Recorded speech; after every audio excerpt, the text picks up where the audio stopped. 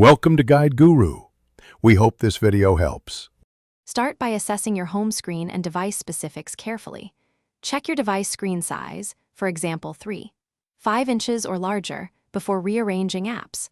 Note how many icons fit per row and the grid density you prefer. Back up your current layout to the cloud or export settings before making changes.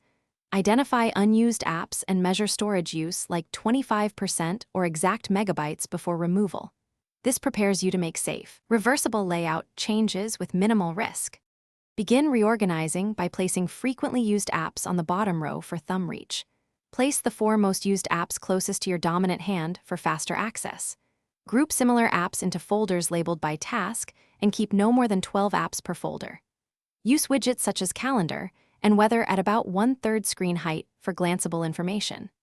Adjust widget sizes to match your layout and reduce clutter by limiting widgets to 2 per page. Test navigation for 3 minutes to confirm efficiency. If icons fail to move or widgets become unresponsive, clear the app cache and restart the device first.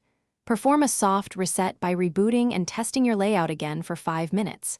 If problems continue, update the operating system and check for app conflicts or permissions errors.